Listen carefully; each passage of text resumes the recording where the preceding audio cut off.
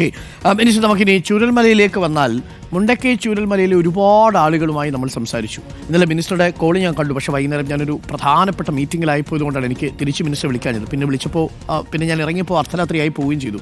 അതിൽ അവരൊക്കെ പറയുന്ന ഒരു കൺസേൺ, ആദ്യ ലിസ്റ്റ് വരുമ്പോൾ ഇത് തന്നെ ആയിരിക്കും ഇനി ഞങ്ങൾക്ക് സംഭവിക്കാൻ പോകുന്നത് എന്നൊരു ആശങ്ക അവർക്കുണ്ട്. മാത്രമല്ല, ഇത്രയും ദിവസം കിട്ടിയിട്ടും ഞങ്ങളുടെയൊക്കെ യഥാർത്ഥ ലിസ്റ്റ്, യഥാർത്ഥ പേര്, യഥാർത്ഥ ബെനിഫിഷ്യറീസിനെ കണ്ടെത്താൻ എന്തുകൊണ്ടായിരിക്കും നമുക്ക് പറ്റാതെ പോയത് എന്നവർ ചോദിക്കുന്നുണ്ട്.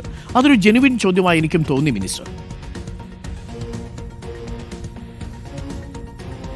അരുൺ, ഞാൻ പറഞ്ഞോട്ടെ, ഇതിന്റെ എല്ലാ ഘട്ടത്തിലും ഉണ്ടായിരുന്നവരാണല്ലോ നമ്മളെല്ലാവരും. അതെ. അപ്പൊ അതുകൊണ്ട് വളരെ കൃത്യമായി ചെറിയ നേരം കൊണ്ട് ഞാൻ കാര്യങ്ങൾ പറയാം. ഒന്ന്, ആദ്യ ലിസ്റ്റ്, രണ്ടാം ലിസ്റ്റ്. ഈ ലിസ്റ്റിനെ കുറിച്ച് ഫസ്റ്റ് ഫേസ്, സെക്കൻഡ് ഫേസ് എന്നുള്ള പദപ്രയോഗം ആദ്യ ലിസ്റ്റിലെ ആളുകൾക്കെല്ലാം ആദ്യ വീടുണ്ടാക്കി കൊടുക്കുകയും രണ്ടാം ലിസ്റ്റിലെ വീടുകൾക്കെല്ലാം രണ്ടാമത് ലിസ്റ്റ് വീടുണ്ടാക്കി കൊടുക്കുകയും ചെയ്യുന്ന ഒന്നേയല്ല. രണ്ട് ലിസ്റ്റുകൾ, രണ്ട് സ്വഭാവങ്ങളുണ്ട് എന്നുള്ളത് കൊണ്ട് ഭരണപ്രയോഗങ്ങൾക്ക് ഏറ്റവും എളുപ്പമുണ്ടാകാൻ വേണ്ടി രണ്ട് ഫേസുകൾ എന്ന് പറഞ്ഞതാണ്. ആദ്യത്തെ ഫേസിൽ ആ ഗവൺമെന്റ് ഉത്തരവ് തന്നെ പരിശോധിച്ചാൽ അറിയാം, ആദ്യത്തെ ഫേസിൽ ഫുള്ളി വാഷ്ഡ് ഔട്ട് ആയിട്ടുള്ള ഈ ദുരന്തത്തിന്റെ ഭാഗമായി വീട് പൂർണ്ണമായും തകർന്നവരുടെ ലിസ്റ്റായിരിക്കും ആദ്യഘട്ടത്തിൽ പ്രസിദ്ധീകരിക്കുക.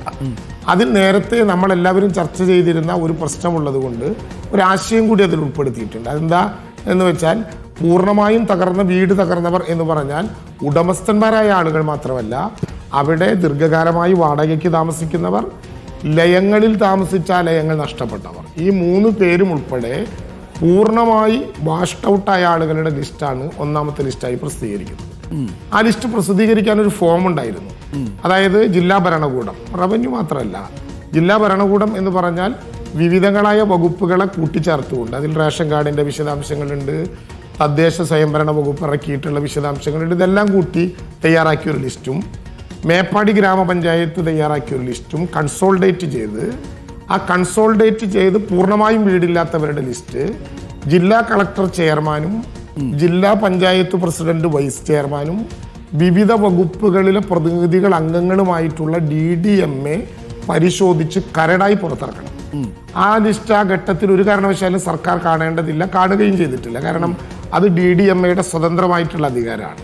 പക്ഷെ സർക്കാർ ഒരു കാര്യം പറഞ്ഞു, കരട് ലിസ്റ്റ് ആയതുകൊണ്ടും ഇത്ര വലിയൊരു ദുരന്തമായതുകൊണ്ടും സ്വാഭാവികമായിട്ടും ഒരുപാട് എക്സ്ക്ലൂഷനും ഒരുപാട് അനധികൃത സംഭവങ്ങളും ഉണ്ടാകാമെന്ന ആരോപണം വരാനുള്ള സാഹചര്യത്തിൽ 15 പ്രവൃത്തി ദിനങ്ങളിൽ പരാതി കൊടുക്കാൻ പൊതുജനങ്ങൾക്ക്, മാധ്യമങ്ങൾക്ക്, രാഷ്ട്രീയ പ്രവർത്തകർക്ക്, പഞ്ചായത്തിന് എല്ലാവർക്കും അധികാരമുണ്ട്. വ്യക്തിക്കും പ്രസ്ഥാനത്തിനും അധികാരമുണ്ട്.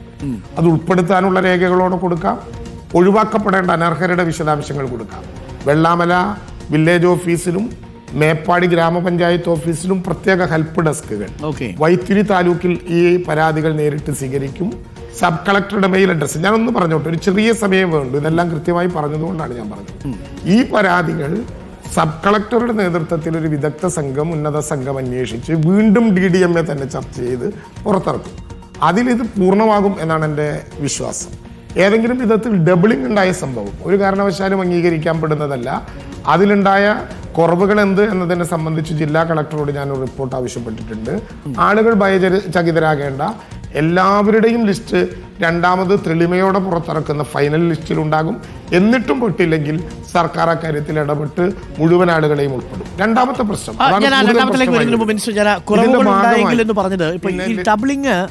അതാണ് ഒരു ആശങ്കയായിട്ട് എൻ്റെ അടുത്ത് പറഞ്ഞത് ചില ആളുകൾ.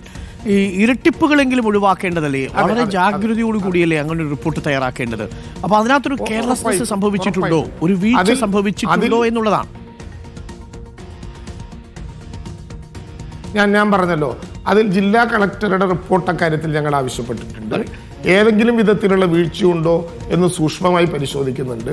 ഡബിളിംഗ് ഒരു കാരണവശാലും അനുവദിക്കില്ല. എനിക്ക് ചിലതിൽ മനസ്സിലായത്, ചിലത് താരതമ്യപ്പെടുത്തി നോക്കിയപ്പോൾ മനസ്സിലായത്, ജില്ലാ ഭരണകൂടം തയ്യാറാക്കിയ ലിസ്റ്റിൽ ഒരു അരുൺകുമാർ ഉണ്ടാകുന്നു. തദ്ദേശ സ്വയംഭരണ തെരഞ്ഞെടുപ്പ് വകുപ്പ് ഉണ്ടാക്കിയ പഞ്ചായത്ത് ഉണ്ടാക്കിയ ലിസ്റ്റിൽ മറ്റൊരു ഡോക്ടർ അരുൺകുമാർ ഉണ്ടാകുന്നു. രണ്ടുപേരുടെയും മൊബൈൽ നമ്പർ മാറുന്നു. അങ്ങനെയൊക്കെയുള്ള ഘട്ടത്തിൽ ഇത് കൺസോൾഡേറ്റ് ചെയ്തപ്പോൾ ഉണ്ടായ ചില എററുകളുണ്ട്. എന്നാൽ ചില ശ്രദ്ധാപൂർവമല്ലാത്ത ഡബിളിങ്ങുകൾ ഉണ്ടായിട്ടുണ്ട്. അത് നിർബന്ധമായിട്ടും ഒഴിവാക്കും.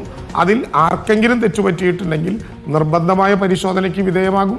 അങ്ങനെ തെറ്റുപറ്റിയവർ ഇനി ആ കാര്യങ്ങൾ തുടർന്ന് ചെയ്യാൻ അനുവദിക്കുന്ന പ്രശ്നവും ഉണ്ടാകില്ല. അത് സാങ്കേതികമായ പ്രശ്നമാണ്, ക്ലറിക്കൽ മിസ്റ്റേക്കാണ്. ഒരേ പേരുകൾ 2 തവണ ആവർത്തിച്ചാൽ ഒരു സംശയവും വേണ്ട, നിർബന്ധമായി അത് ഒഴിവാക്കാവുന്നതാണ്. ഇനി ആരുടെയെങ്കിലും പേര് ഉൾപ്പെടാതെ പോയാലോ, ഈ വരുന്ന മുഴുവൻ ആളുകളുടെയും പേർ ഇൻ പേഴ്സൺ നേരിട്ട് സ്ഥലം പരിശോധിച്ചും അവരെ കേട്ടും ഒരു ഫൈനൽ റിപ്പോർട്ട് ഉണ്ടാക്കാനാണ് സബ് കളക്ടർക്ക് നിർദ്ദേശം കൊടുത്തത്. അങ്ങനെ തന്നെ DDMA അത് ഫൈനലൈസ് ചെയ്യും. നേരത്തെ ഉണ്ടായ ക്ലറിക്കൽ മിസ്റ്റേക്കുകൾ പരിഹരിച്ചുകൊണ്ട് തന്നെ മുന്നോട്ട് പോകാൻ കഴിയും. ഇക്കാര്യത്തിൽ ജില്ലാ കളക്ടറുടെ റിപ്പോർട്ട് ആവശ്യപ്പെട്ടിട്ടുണ്ട്.